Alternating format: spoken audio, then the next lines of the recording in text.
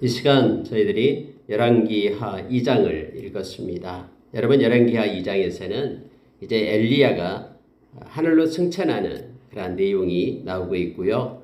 또 엘리야가 가졌던 그 능력을 엘리사가 이어받는, 그래서 엘리사가 엘리야의 역할로 하나님의 사자로서 하나님의 그런 선지자로서의 역할을 감당하는 내용으로 기록이 되어 있습니다. 초자연적인 하나님의 섭리가 특히 2장에서는 나타나고 있고, 그때 살아계신 하나님이 오늘날도 여전히 살아계셔서 우리 가운데 거하시며 역사하시는 하나님임을 우리가 바라보기를 원합니다.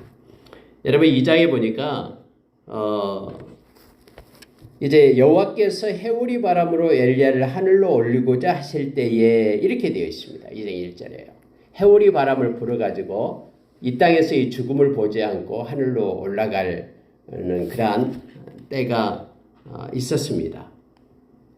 성경에 보면은 이렇게 하늘로 승천하는 사람이 세 명이 나오죠. 첫째 에녹이 나왔죠.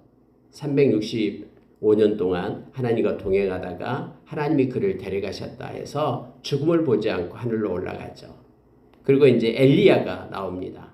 하나님의 선지자 엘리야가 오늘 하늘에서 보낸 그런 불병거, 불수레와 불말을 타고 해오리 바람을 타고 하늘로 올라갔다. 근데 이것은 이미 성경에서 여호와께서 해오리 바람으로 엘리야를 하늘로 올리고자 하실 때 이렇게 기록이 되어 있고, 또 내용에 보면 엘리사도 그렇게 하나님이 데려갈 것을 알고 있었고, 또 많은 선지자 학교에 있던 선지자들도 이 내용을 다 알고 있었다라고 성경은 말하고 있습니다.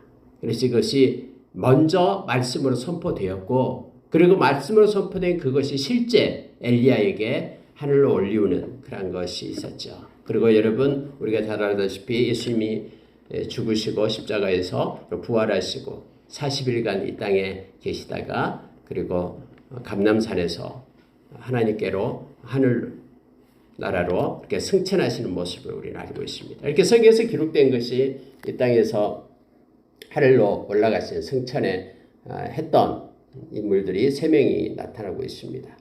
특히 엘리야의 이 모습은 성령께서 그와 함께 했음을 성경은 말하고 있습니다. 여러분, 성경에 그렇게 15절에 한번 보십시오. 맞은편 여리고에 있던 선지자의 제자들이 그를 보며 말하기를 엘리야의 성령이 하시는 역사가 엘리사 위에 머물렀다 하고 가서 그에게 나아가 땅에 엎드려 그에게 경배하고. 그때 구약시대에도 엘리야 위에 성령님이 함께 하셨다라는 것을 많은 사람들이 알고 있었어요. 이 선지자들도 다 알고 있었고. 그런데 그 엘리야와 함께 했던 성령의 능력이 엘리사에게도 있다라고 말하면서 이 말을 하는 거예요. 자, 16절을 보면요. 그에게 이르되 당신의 종들에게 용감한 사람 50명이 있으니 청하건대 그들이 가서 당신의 주인을 찾게 하소서. 염려하건대 여호와의 성령이 그를 들고 가다가 어느 산에나 어느 골짜기에 던지셨을까 하나이다 하니라. 엘리사가 이르되 보내지 말라 하나. 이렇게 되어 있죠. 그러니까 그들이 생각하는 게 뭐냐면 지금 하늘로 승천하게 되는 것, 말을 타고 병거를 타고 불병거를 타고 해오리 바람으로 인하여 하늘로 올라가는 것이 누구의 일이라고 지금 말하고 있는 거예요. 성령이 행하셨다고 말하고 있는 것입니다. 근데 그들은 이제 인간적인 생각으로 성령이 데려가다가 어디다가 딱 놓아버리면 거기에 떨어져서 죽었을 거 아니냐. 그러니까는 시신이라도 찾으라 하면서 빨리 사람을 보내라라고 말하고 있는 거예요. 근데 엘리사는 아니다. 보내지 마라. 하나님이 데려가셨다. 성령께서, 왜냐하면 하나님께서 그렇게 말씀했기 때문에 해오리 바람으로 엘리야를 하늘로 올리고자 하신 것이 하나님의 뜻이 하늘에 갔다. 근데 왜 너희들이 시신을 찾는다고 그러냐. 근데 계속해서 그들이 막 너무나 강청을 했다라고 17절에 말하잖아요. 그러니까 어쩔 수 없이 보냈는데 그들이 3일 동안 찾아봤자 아무것도 찾지 못하고 왔다. 내가 뭐라고 했더냐, 너희들을 가지 말라고 하지 않았더냐 하면서 책망하는 내용이 나오고 있습니다. 여러분, 이처럼 엘리야가 하늘로 올라가는 것은 성령에 의해서 올라갑니다. 근데 강한 바람, 해오리 바람이 있었고 불병거, 불말이 있었잖아요. 네, 여러분 놀라운 사실은 여러분 예수님께서 우리에게 약속하셨죠. 내가 성령을 너희에게 보내리라. 근데 예수님이 승천하고 하신 후에 10일 후에 성령이 내려오죠. 근데 성령이 내려올 때가 똑같아요. 강한 바람이 있었고요. 또 불같은 성령이 모여서 기도하는 그러한 초대교회 위에 내렸음을 성경 우리에게 가르쳐줘요.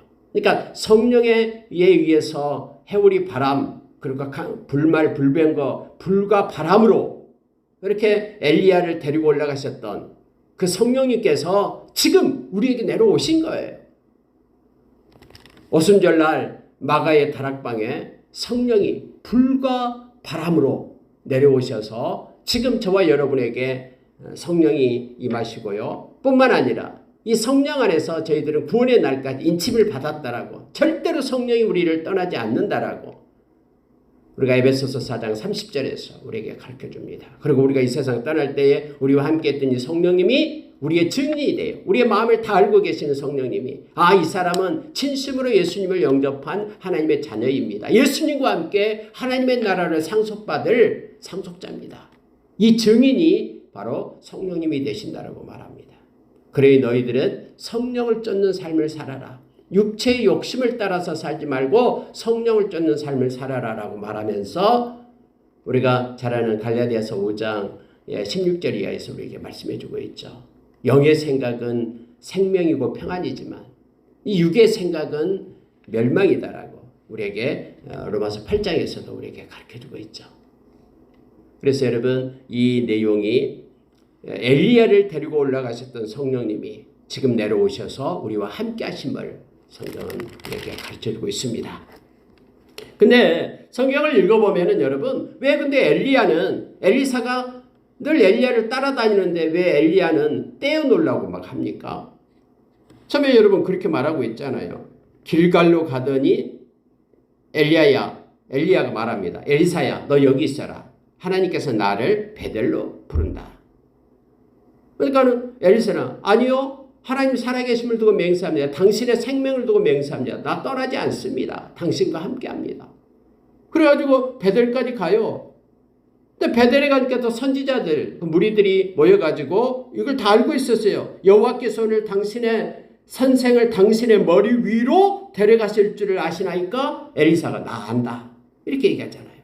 그러니까 하나님께서 엘리야를 이 세상에서 죽음을 보지 않고 하나님의 나라로 데려갈 것을 이미 말씀으로 선포되고 있었음을 알게 합니다. 그래서 그 말씀대로 하나님께서는 엘리야를 데려가신 거예요. 그리고 또 엘리야가 다시 또 하나님이 여리고로 나를 부르는데 너 여기 있어라. 엘리사가 아니요, 나 따라가겠습니다. 또 여리고에 가니까 하나님이 나를 요단으로 부르십니다. 너 여기 있어라. 아니요, 따라가겠습니다. 여러분, 왜 엘리사는 그렇게 엘리야를 따라가려고 할까요? 아니, 한 번, 두 번도 아니고 스승이 제자가 따라가겠다는데 임종을 같이 보고 하나님께서 역사를 보겠다는데 아니야, 너 따라오지 마. 여기 있어. 한 번, 두 번 하면 따라가겠다 해도 네 번씩이나 말하는데 그래도 따라가겠습니다. 라고 말하는 이유가 뭡니까? 여러분, 엘리사는 이 스승 엘리야 곁에 계속 머물기를 왜 그렇게 고집하고 있는 것입니까? 엘리야의 그러한 제자였던 엘리사는 엘리야 이후에 자신이 스승의 역할을 감당해야 된다라는 사명감이 있죠. 나도 엘리야처럼, 스승인 엘리야처럼 이 사역을 감당해야 된다라는 사명감이 있어요. 근데 자기의 모습을 보면 초라하거든요. 엘리야에게 임한 성령의 능력을 엘리사는 받기를 원했어요. 사람의 힘으로 하나님의 일을 할 수 없다는 것을 엘리사는 잘 알고 있었기 때문에 하나님의 영인 성령의 능력을 얻기를 원했습니다. 그래서 마지막에 너가 뭘 하기를 원하느냐, 뭐 주기를 원하느냐 할 때 당신의 그 성령의 능력, 갑절을 받기를 원합니다. 이렇게 고백을 하고 있잖아요. 뭐 부귀를 얻으려고 영화를 누리려고 한 게 아니잖아요.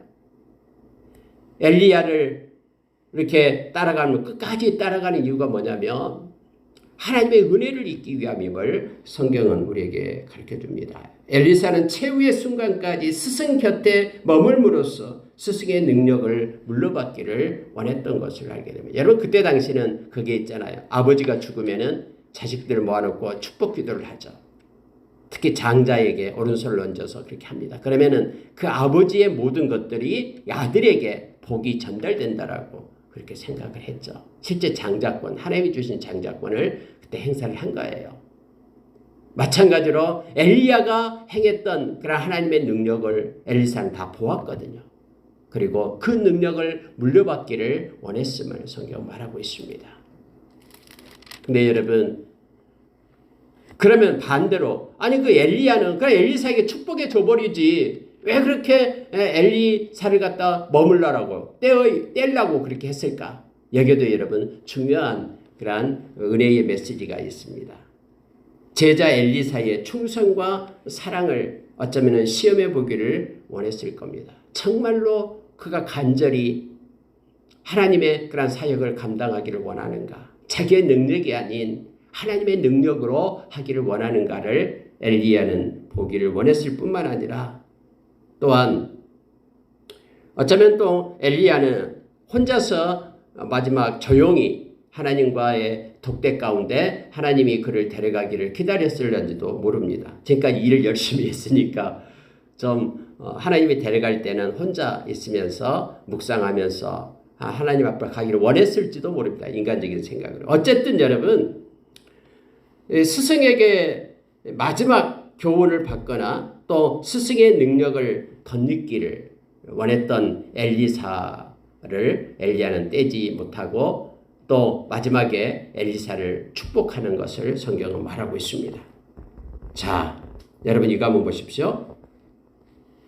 8절 보십시오. 8절요. 엘리야가 겉옷을 가지고 말아 물을 치매 물이 이리저리 갈라지고 두 사람이 마른 땅 위로 건너더라. 자, 요단을 건널 때에 엘리야가 겉옷을 벗어가지고 물을 치니까 물이 갈라져요. 그래서 마른 땅에 대여 건너게 됩니다. 건너매 9절입니다. 엘리야가 엘리사에게 이르되 나를 내게서 데려감을 당하기 전에 내가 내게 어떻게 할지를 구하라. 엘리사가 이르되 당신의 성령이 하시는 역사가 갑절이나 내게 있게 하소서 하는지라.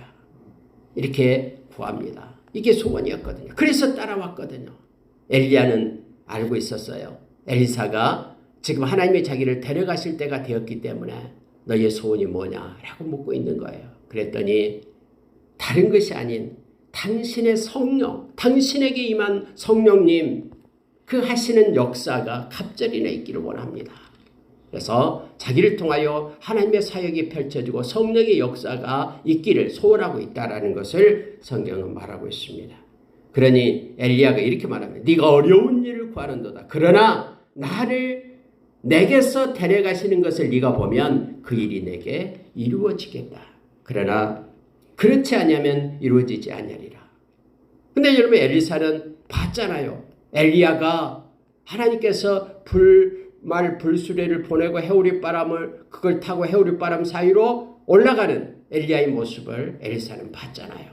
이 말은 하나님께서 엘리사에게 응답해 주었다라는 것을 알게 됩니다. 다시 말하면요. 엘리야가 준 게 아니에요. 엘리야를 통해 역사하신 그 하나님께서 그의 기도와 소원의 기도를 들으시고 엘리사에게도 갑절의 성령의 권세를 입히시는 것이었음을 알게 합니다. 하나님께서 나를 사랑하는 자가 나의 사랑을 입는다라고 말합니다. 요한계시록에는 끝까지 견디는 자가 구원을 받는다라고 우리에게 가르쳐주고 있죠. 여러분 우리가 하나님을 간절히 찾고 찾으면 하나님은 만나주시겠다라고 약속하십니다. 에레미야서 29장 11절 이하에서 우리에게 말씀해주고 있죠. 12절에서요. 이렇게 해서 여러분 엘리야가 해오리 바람을 타고 불수레와 불말을 두 사람이 갈라놓고 엘리야가 해오리 바람을 타고 올라갑니다. 이것을 엘리사는 보고 있었고요. 엘리야의 그런 옷 조각이 겉옷 조각이 떨어집니다. 그래서 엘리사가 고백을 하면서 엘리야에게 몸에서 떨어진 겉옷을 가지고 돌아옵니다. 요단 언덕에 서서 엘리야의 몸에서 떨어진 그의 옷을 가지고 물을 치면서 말합니다. 엘리야의 하나님 여호와는 어디 계시니까 하고 그도 물을 치매 물이 이리저리 갈라지고 엘리사도 건너니라. 여러분 이게 중요한 건데요. 엘리야의 하나님은 어디 계십니까? 라고 물으면서 엘리야의 겉옷을 떨어진 겉옷을 가지고 물을 치니까 물이 갈라졌잖아요. 하나님이 응답한 거예요. 엘리야의 하나님이 여기 있다. 엘리야의 하나님이 엘리사 너에게 지금 있다. 라고 지금 말하면서 눈으로 보여준 거예요. 엘리야의 하나님 어디 계십니까? 내가 여기 있다. 엘리야는 비록 떠났지만은 엘리야의 하나님, 성령의 하나님은 내가 너와 함께한다 하면서 동일한 역사를 이루고 있는 것을 보게 됩니다. 요단강이 갈라지고 그곳을 건너게 되었음을 성경은 말해주고 있습니다.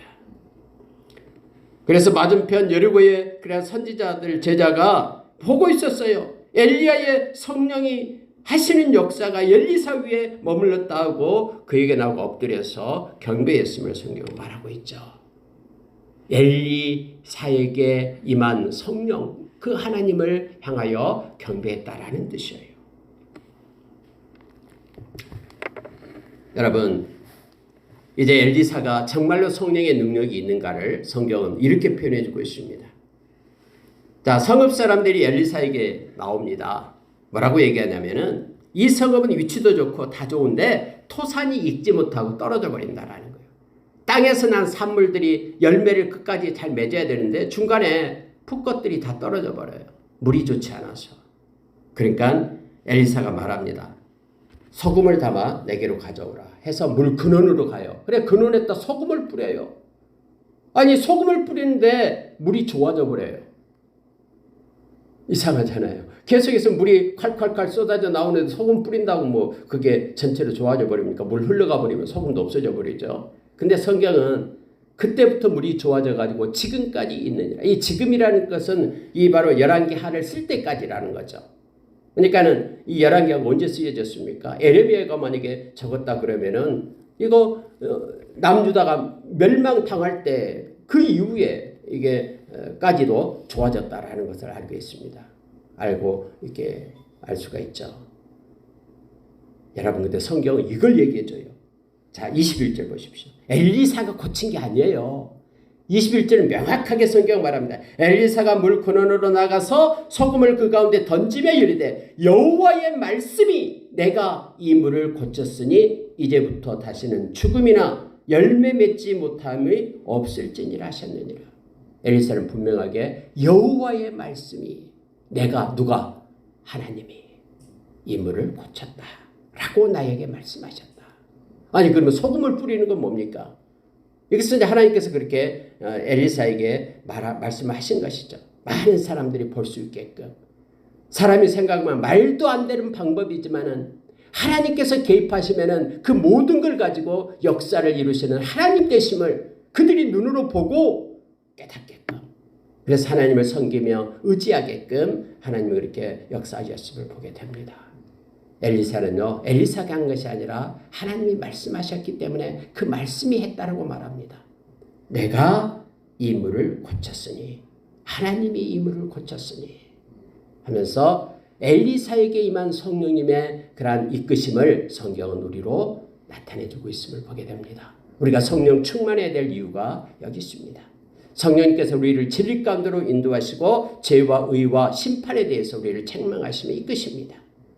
우리 안에 계신 성령님은 세상에 있는 자보다 더 강하기 때문에 우리가 세상에서 승리자로 설 수가 있습니다. 성령님을 쫓는 따르는 저와 여러분이 되기를 원합니다. 또 하나의 사건이 나오는데요. 엘리사가 대머리였던 것 같습니다. 그래서 사람들이 여기 작은 아이라라고 나오는데 이 젊은 사람을 나타낼 때 씁니다. 많은 젊은이들이 나와가지고 떼를 지어서 엘리사를 조롱하고 있는 것입니다. 이것은 단순히 짓궂은 장난이 아니에요. 하나님이 그를 선지자로 세우신 하나님의 권위에 대한 정면 도전입니다. 네가 무슨 선지자다라고 대머리 주제에 네가 뭐 힘이 있어 뭐가 있어 하면서 젊은 사람들이 떼거지로 몰려와가지고 지금 엘리사를 조롱하고 있는 것입니다. 무슨 하나님이 네를 세웠다고 하면서 하나님이 세우신 그 선지자, 하나님의 그 권위를 도전하고 있는 것입니다. 다시 말하면 신성모독한 행위를 하고 있는 거예요. 하나님을 조롱하고 있는 것입니다. 이거 놀렸다고, 직구년 장난을 했다고 곰들이 나와서 그들을 42명이나 죽인 게 아니에요. 다시 말하면 하나님은 이제 막 사역을 시작하는 엘리사의 신적 권위를 세워주고, 또한 하나님께 고역하는 패역한 세대에 준엄한 그런 경고를 지금 하고 있는 것을 보게 됩니다. 이제 막 엘리사를 세웠잖아요. 그런데 이제 엘리사를 세운 그래서 하나님의 사역을 감당하려고 시작하는데 약한 사탄은 언제나 이때 와서 그 처음부터 무시하면서 조롱하거든요. 여러분, 우리가 사도행전에 보면은 그 아나니아와 삽비라가 죽는 사건이 나오잖아요. 이제 막 교회가 세워지고 거룩으로 교회가 이제 세워지는데 아나니아와 삽비라가 성령을 속이면서 거짓으로 해방을 하잖아요. 그래서 그들이 죽게 되잖아요. 그들이 영원히 떠나는 베드로의 말에 언제나 여러분 초창기에는요, 이처럼 하나님께서 붙들어서 세우셔요. 하나님의 그러한 사역을 조롱하고 방해하는 그 무리들, 이 엘리사의 말을 통해서 곰들이 나와서 그 젊은이들을 42명이나 물어 죽이는 사건이 나와요. 사람들은 우와, 이게 무슨 일이냐. 이제 엘리사 하나님께서 붙들고 계시구나. 하나님이 엘리사를 통해서 역사하시고 일하신다라는 것을 거기에 있는 모든 이스라엘 백성에게 다 알리게끔 이런 사건을 하나님께서는 행하시고 계심을 보게 됩니다. 하나님은 하나님의 뜻 가운데 하나님의 종들을 붙들고 세우시고 인도하십니다. 말씀을 마치겠습니다. 오늘 엘리야와 엘리사 이란 초자연적인 사건을 통해서 사람의 눈에는 초자연적으로 보이지만 하나님께서 행하시는 일이기 때문에 하나님의 기적과 은혜 가운데 있게 됨을 알게 됩니다. 우리도 역시 살아계신 하나님과 동행하는, 또 살아계신 하나님의 자녀가 된 그분이 우리 아버지 되시는 그런 은혜 가운데 있는 이들입니다. 예나 지금이나 알파와 오메가 되신 하나님은 여전히 동일하십니다. 지금도 하나님은 당신의 백성들의 그런 생명을 보존하시고 악으로부터 지키시고 이끄시고 함께 하심을 우리는 기억하기를 원합니다. 주의 말씀을 따라 사는 우리가 되기를 원합니다. 기도하겠습니다.